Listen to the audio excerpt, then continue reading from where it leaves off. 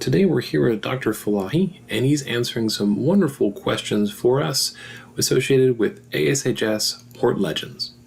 And so with that, I'll go ahead and start with the first question. What is your horticultural specialization, and what are the primary positions you have held? Thank you very much for the opportunity. I have the honor of serving as president of the American Society for Horticultural Science at this point.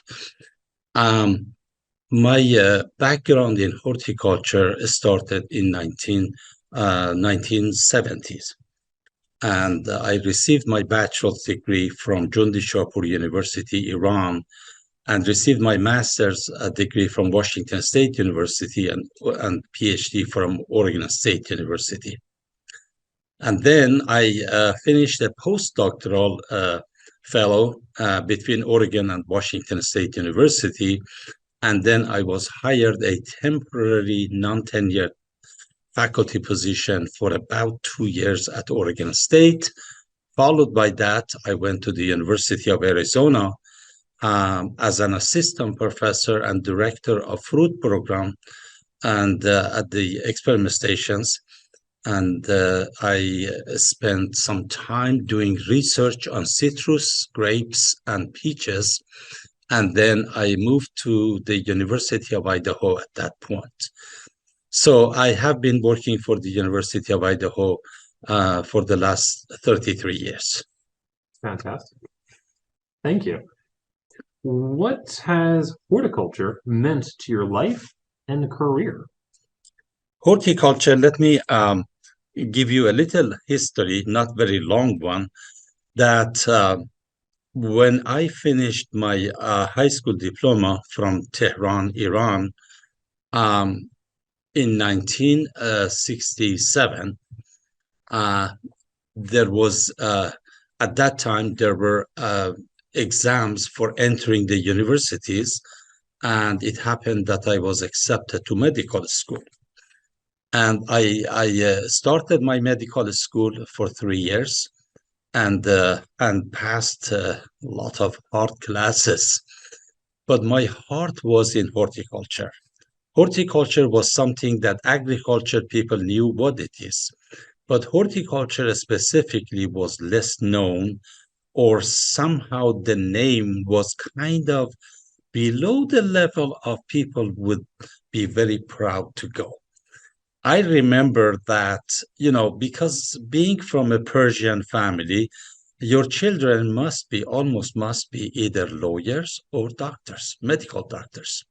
Here, my heart was toward horticulture. My last name, Fallahi, means horticulturist or farmer in Persian. So I did not tell my family that I'm going to switch from my medical school to horticulture. But I did participate in those entering exam, and I got accepted. So when the newspaper came, those days there was not mass media like today, and social media. And when the newspaper came, and my mother said that I have heard there is a person with your name accepted in horticulture. And I didn't dare tell her that that is me. And my mother, being both my father and mother, because we lost our father when I was 8 years old. And I took a distance from her first, and I said, Mom, that is me. She said, that is you? How could I dare tell our relatives that my son wanted to be a dirt farmer? So, and I said, well, Mom, I would be very proud to be a dirt farmer. And I didn't stay around very long. So it happened that I finished my bachelor's degree from Shahpur University, and I finished with the top rank in the whole college with 4-point average. At that time was the before revolution. This was during the previous regime of Iran during Shah. And then the level of the graduates at that time, they had the same footing at the American graduates because all of the standards were very much the same as here. So I came here as one of the top graduates from all university. They selected one for the field of pomology, and I was the one to come. And I finished my master's degree from Washington State University and my PhD from Oregon State. And then I did my postdoc between Oregon and Washington. And then when I was just about doing my PhD in the beginning, I'm sorry, when I had finished my PhD and postdoc, that was the time that Iranian Revolution happened. So I stayed here because, you know, it was somehow that they figured that it is not a complete fit for some of us that we were here.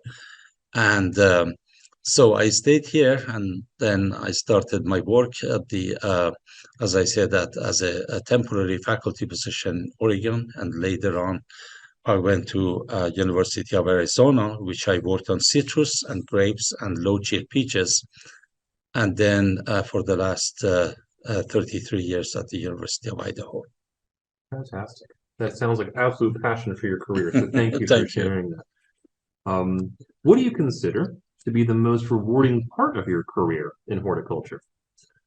What I think that I've said in my talks, and tomorrow in the presidential address, I'm going to mention this, that horticulture is something, it is in your soul. It is a food for the soul. While you as a horticulturist, you are in the business of creating and putting food on the table, food table of the world. At the same time, you are in a profession that you should be feeling proud because you are productive and you are producing for human beings. And then aside from that, horticulture in general, you are dealing with ornamental horticulture, fruit culture, or vegetables or flowers. In any of this field, when you see that the planting, the product of your labor is flowering, is giving fruit, is producing vegetable, that gives you a satisfaction that you cannot buy with any money. And that's why I tell my colleagues, my students, that first of all, horticulture, you should not consider 8 to 5 job. You should work, you should take the profession as a badge of pride with wholeheartedly, and endorse him and accept him as something that it is part of your life. So I think that, as you know, horticulture can be used as horticultural therapy for a lot of psychological issues that people have. So we are paid to be in a profession that a lot of other people want to do that in order to relax, to get satisfaction. So to me, it is the best job in the world. That's a very well stated response. Thank you. Thank you. How long have you been a member of ASHS, and how has the society influenced your career? I have been a member since 1978. 1978, I've been a member, and I remember I finished my PhD with late Professor Westwood, who is the icon of pomology. He has the textbook of pomology. And he was always encouraging me that you have to follow the footstep of big people in horticulture, in pomology. And of course, it is a very hard job for any of me or any of us to do that, because the people that they were before us, those horticulturists, they have done tremendous service to the humanity and to the food table of the world. But we tried, as followers of those advisors who were ahead of us, to do our best job. And we try to be a good role model for the new generation that they are coming and looking to us. So that's why that I've kept my membership since then. And then over time, I never forget the first time that as a young scientist, as a young assistant professor, when I was nominated and elected as the chairperson for the pomology working group, I called my wife and I said, I cannot believe that. This is fantastic. Who nominated me? Professor Dave Free of Ohio. And he knew that he has done all of this, and it is time for the newer generation. And we try to do that for the new generation who are coming to us. The thing that puts us together is the American Society for Horticultural Science. It is a nucleus, it is a center for attracting all of these people together, to bind them together.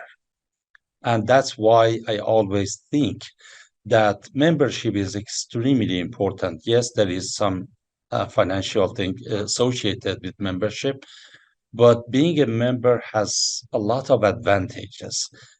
You can meet a lot of people, which is good for your future when you are looking for a job, strengthen your resume, and then you can interact with people in the hallways, in the restaurants, one on one. They can see you, they can look at your facial expression, they can look everything that you're doing, and then they remember you when there is a position available for you. So, and I think that that's why I really encourage for all who are not member really to consider that. That is a perfect segue into our next question. What advice can you offer students or young professionals in horticulture? I think my advice is that it is true that a lot of people in newer generation they are doing a lot of molecular science, which is fine. In horticulture, we can do basic science, we can do applied science, anything from grafting to gene grafting, physical grafting in the orchard to gene grafting would be considered horticulture. But always associate yourself with that discipline. And that common theme is horticulture. And the common umbrella to bring these people together would be the American Society of Horticultural Science. So that is a place that they bring them together. And let me give you one example that if you are in vegetables and I'm in pomology, fruit science, your area is not exactly related to me, but both of us under horticulture. Very often, when I have the time, I go to a vegetable section, although I am a fruit physiologist, I go to an ornamental section. You know, why? Because there are areas of science that they have advanced in that field, in the field other than fruits, that we are not familiar. If I only go to the sections that they are totally related to me, then I may not think from a different viewpoint. So my advice to the newer generation is keep their minds open, but always keep their discipline focus on horticulture as your theme, as the flag that you are carrying forward. Fantastic advice. Thank you. Mhm. Last question. What excites you most about the future of the horticultural industry and profession? What excites me more is that as president, I had a chance to visit so many people. In 2008, 2009, I served as vice president of the ASHS. We traveled we made a number of travels to Washington, D.C. We met senators, we met lawmakers, and we repeated that kind of travel again this year in 2023 with a whole bunch of new generation horticulturists from ASHS. I never forget that the first time I was kind of nervous that, gosh, am I going to see Senator Hatch, Senator Feinstein, this and that? Yes, we saw them, and they are great human beings. When you listen to them, when you talk to them about the needs for research, the needs for teaching, the needs for extension in horticulture, no matter if they are Democrat or Republican or independent, the common theme is agriculture, the common theme is we are in the business of food. If you are a computer specialist, if you are buying a car, if you are engineering, no matter what you are, at lunchtime, you need me. I am a horticulturist. I am in the business of producing food for you. Therefore, senator, lawmaker, we need your support. What is your support? The approval of the Farm Bill. And the approval Farm Bill has SCRI, Specialty Crop Research Initiative, and it has the block grant.